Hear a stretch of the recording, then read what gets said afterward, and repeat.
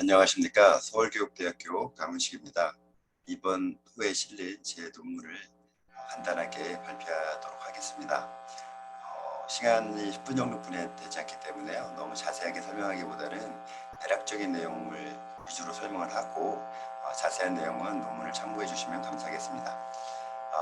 이 논문의 연구 주제는 초등과학 영재 학생이 만든 과학 티콘 유형 및 과학 티콘 만들기에 대한 그 학생들의 인식을 분석하는 거였습니다.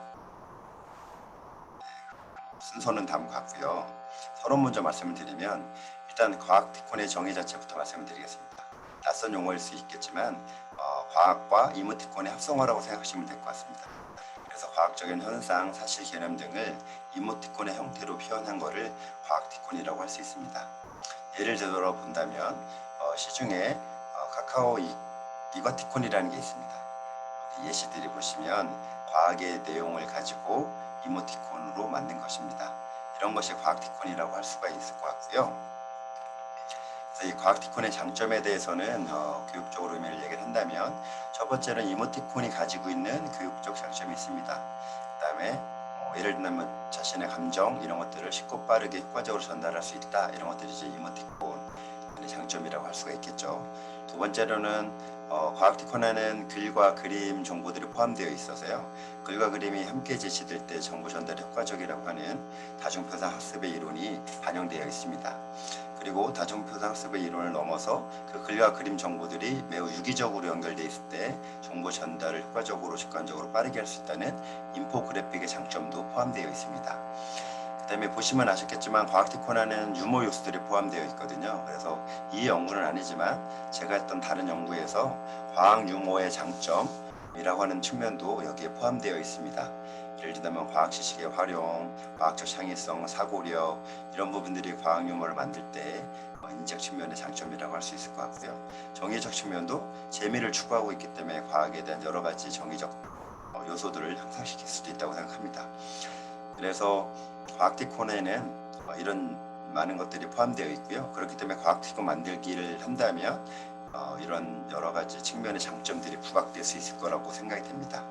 그렇지만 이러한 교육적인 효과에도 불구하고 아직까지는 과학티콘 관련된 연구들이 거의 없기 때문에요. 이 연구에서는 기초 연구로 과학영재 학생들이 만든 과학티콘을 여러 가지 관점, 특히 이게 아까 말씀드렸던 과학티콘의 장점의 그 특성 측면에서 분석을 해봤습니다. 그리고 과학영재 학생들이 과학티콘 만들기를 긍정적으로 인식을 한다면 이 활동에 대한 만족도나 또는 향후에 이 활동을 할 때 참여하는 정도 여러 가지 측면에 긍정적으로 영향을 미칠 수 있다고 생각해서 이 학생들의 인식도 조사를 해봤습니다. 연구 방법 간단히 말씀드리면 71명의 영재 학생들이 4, 6학년 학생들이 참여를 했고요. 연구 절차는 수업 절차라고 보셔도 될 것 같습니다. 처음에 과학티콘에 대한 이해를 돕기 위해서 과학티콘을 소개하고 과학티콘을 인터넷에 포함되어 있는 카카오 이과티콘 포함해서 과학티콘을 검색해서 공유하는 시간을 가졌습니다. 이걸 통해서 과학티콘이 뭐다, 좋은 과학티콘의 조건은 무엇이다 이런 것을 알아보게 했고요. 이걸 바탕으로 과학티콘 만들기를 30-40분 동안 진행을 했습니다. 그리고 자신이 만든 과학티콘을 모둠별로 공유하게 했고요. 맨 마지막으로는 자유 서술형 형태로 과학티콘 만들기에 대한 인식을 적어보게 하고 그걸 발표하게 하는 시간을 가졌습니다. 각각의 활용했던 PPT는 다음과 같습니다. 그 다음에 예시도 이렇게 만들었고 여기 보시면 이 어느 상황에 활용할 건지 어떤 지식을 가지고 만들 건지 전체적으로 이미지 구성을 어떻게 할 건지를 계획을 하게 했고요. 직접 그려보겠습니다. 인식은 이렇게 자유서술형으로 조사를 했습니다. 분석 기준입니다. 이모티콘의 분석 기준과 과학 유머의 분석 기준을 분석을 해서 과학티콘의 분석 틀을 만든 거고요. 지금 이렇게 다양하게 분석 틀을 만들어 봤습니다. 하나하나 설명하기에는 시간이 부족해서 결과 얘기할 때 살짝 얘기하도록 하겠습니다. 자, 연구 결과를 간단히 말씀드리면 첫 번째는 과학티콘 개수에 따라서 분석을 해봤습니다. 영재 학생들이 3개 이상 만들려고 했을 때 지금 보시면 0개부터 6개, 9개까지 만든 학생들이 있었습니다. 이렇게 다양하게 분포가 되어 있음을 확인할 수 있습니다. 과학티콘이라고 하는 산출물 안에는 아까 말씀드렸던 과학영재의 다양한 특성이 반영될 수 있다고 생각합니다. 그래서 이걸 얼마나 많이 만들면은 뭐 과학적 창의성의 유창성과 더 연결이 될 수 있을 것 같아서요. 그런 부분에서 해석을 해볼 수 있을 것 같습니다. 그리고 영재 학생이라도 다양한 이렇게 편차가 있다. 이게 영재의 특성도 많이 다양하게 반영될 수 있다라는 시사점을 담아내고 있다고 생각합니다. 형태에 따른 분류 중에 기술 형태를 보시면 자기의 사랑해처럼 문장의 형태로 기술하거나 행설수설처럼 단어형으로 하거나 인정 물음표, 인정 답변 이렇게 문답형으로 하는 경우가 있었고요. 순서는 문장형, 단어형, 문답형으로 나타났습니다. 이거에 대한 해석은 너무 기니 논문을 참고해 주시면 감사하겠습니다. 이후부터도 해석에 대해서는 언급을 하진 않겠습니다. 생성 형태는 이 아이디어를 어떻게 얻어서 만들었는지를 살펴봤다고 생각하시면 됩니다. 그래서 발음 유형은 발음 자체가 비슷함을 이용한 거고요. 과학 유머의 기본적인 요소라고 할 수 있습니다. 철자 조합형은 보시면 FASTER 이게 원소 기호거든요. 이런 걸 합쳐서 하나의 단어로 만든 겁니다. 철자 조합형이고요. 철자 분리형도 있습니다. 묘사형이라고 한다면 그 과학적인 현상 특징들을 사용합니다. 화산이 폭발하고 있는 현상을 기술하고 있고 이거를 과학티콘의 소재로 활용한 거겠죠. 혼합형이라고 한다면 이 여러 가지 유형들을 2개 이상 합친 것들을 이제 혼합형이라고 할 수 있습니다. 비율을 보시면 발음 유형, 혼합형 순서대로 많이 나타났습니다. 묘사형도 좀 나타났고요. 자, 표현 형태에 따라서는 이미지에 좀 초점을 둬서요. 그 이미지가 단순히 2차원적으로 표현한 거냐, 그럼 그래피콘이고요. 텍스트만으로 표현한 거냐, 텍스트콘입니다. 그 다음에 동적인 요소를 포함하고 있느냐에 따라서 에네콘입니다. 그래서 종이에 그리긴 했지만 여러 가지 동적으로 움직임을 나타낼 수가 있기 때문에 그런 것들은 에네콘으로 분류를 했습니다. 비율은 그래피콘이 가장 많았고요. 에네콘도 40%로 상당 부분 나타났습니다. 학생들이 과학티콘을 검색하고 했을 때 동적인 이미지를 많이 봐서 2차원이긴 하지만 그림 안에서도 이렇게 동적인 요소를 포함을 했다고 생각합니다. 과학티콘에 어떤 내용을 담아내고 있는지에 따라서 본 거고요. 첫 번째 이모티콘의 감정 요소를 봤습니다. 긍정 감정과 부정 감정을 봤을 때는 비슷한 비율을 나타냈다. 그 다음에 과학티콘을 아예 새로 만든 거냐, 기존의 걸 일부 수정했느냐, 전면 수정했느냐에 따라서 분석을 해본 거고요. 학생들 60%의 학생들은 아예 새로 만들었습니다. 전면 재구성이랑 일부 수정도 나타났고요. 과학티콘 만들기를 아예 새로 만드는 것을 기대를 하고 새로 만들 때 과학 영재의 다양한 특성들을 반영할 수 있을 거라고 생각합니다. 그렇지만 영재 학생들도 만든 걸 어려운 학생들 같은 경우는 기존 거를 일부 수정하거나 전면 재구성하거나 이런 과정을 단계적으로 거친다면 아예 새롭게 만드는 것을 가능하게 할 수도 있을 것 같습니다. 자, 그 다음에 거기에 포함되어 있는 과학 지식 측면에서 살펴봤을 때 과학 지식의 수준이 해당 학생의 학년보다 높은 수준의 지식을 활용했느냐 그렇지 않느냐에 따라서 분석을 한 거고요. 그렇게 봤을 때 초과되는 경우가 60%, 61%로 상당수 많았습니다. 이게 뭐 과학 영재 학생들의 자신의 높은 과학 지식 수준을 반영한 결과라고 할 수 있을 것 같고요. 그렇지만 교육 과정을 넘지 않는 것들 측면에서도 충분히 만들 수 있기 때문에 이런 부분에 대한 지도도 필요하다고 생각합니다. 과학 학문 영역에 따라서는 물질, 지구와 우주, 에너지, 생명 이런 수도 나타났고요. 일부 학생들은 융합적으로 또는 과학 지식이나 과학자나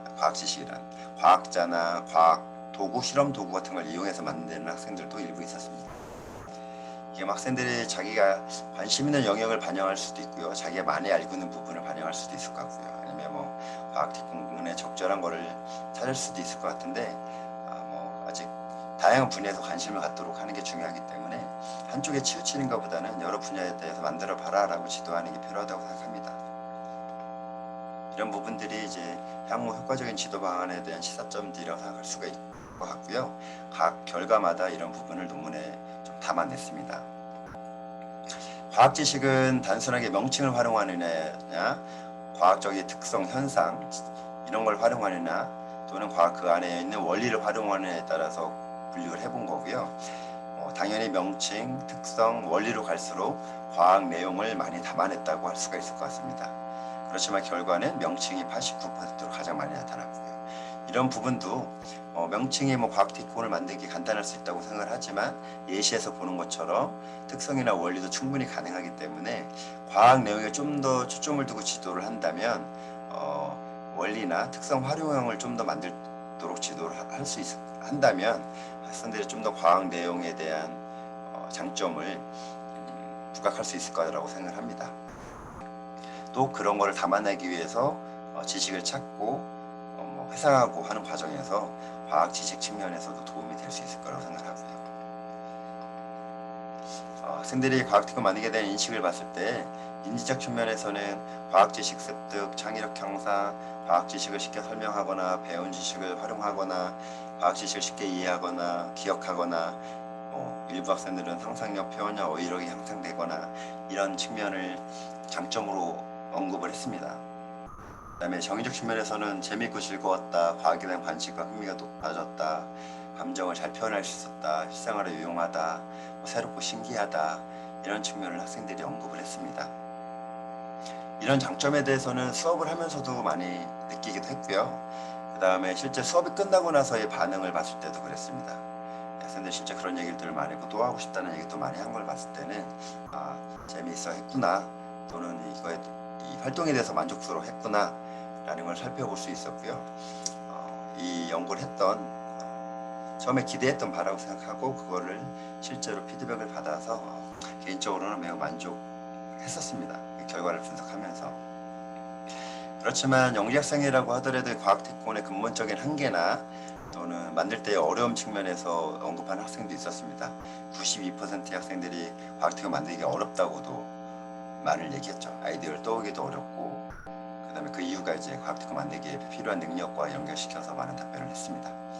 내포된 과학 지식을 이해하기 어렵다, 심도 있는 설명을 담아내기 어렵다, 오개념이 생길 수도 있다, 시간이 많이 걸린다, 이해하지 못하면 재미없다, 단순한 재미로 끝날 수 있다, 이런 단점도 언급을 했는데요. 이런 부분들을 개선할 수 있도록 지도 방안을 찾는 게 이 연구에서 얻은 좋은 정보라고 생각하고, 어떻게 보완해야 될지에 대해서는 논문 결론 및 제언에 좀 담아냈습니다. 지금 했던 거를 상당 부분은 얘기를 했었고요. 결론 및 제언은 말씀드렸던 것처럼 이런 여러 장점들이 있고 제한점들이 있기 때문에 장점을 살리고 제한점을 보완한다면 충분히 과학 영역 교수 전략, 수업 전략으로 과학 티콘 만들기를 활용할 수 있을 것 같다라고 생각하는 게 이 연구의 시사점, 제언이라고 할 수 있을 것 같습니다. 시간이 촉박해서 막 달려왔네요. 사실은 뒷얘기나 이런 것들이 더 많긴 한데 이 부분을 충분히 담아내지 못해서 좀 아쉽긴 합니다. 개인적으로는 최근의 연구는 어떻게 하면 재미있는 과학 수업을 할까, 저 스스로도 재미있는 연구 주제가 뭐가 있을까 고민하다가 과학 유머에 관심을 가졌고요. 과학 유머를 하다 보니 과학 티콘이라는 것을 우연찮게 우리 같이 연구했던 대학원 선생님이 말해줘가지고 그럼 과학 티콘 만들기를 해볼까? 이런 식으로 연구가 시작이 됐었습니다. 간단한 뒷얘기였고요. 애들이 매우 재미있어 했습니다. 그래서 지금 후속 연구로도 이게 정말 영재한테 도움이 되는 거를 살펴보기 위해서 일반 학생과 과학 영재 학생의 특성을 비교하는, 결과물을 비교하는 연구를 지금 진행 중에 있습니다. 자, 이상 발표를 마치겠습니다. 감사합니다.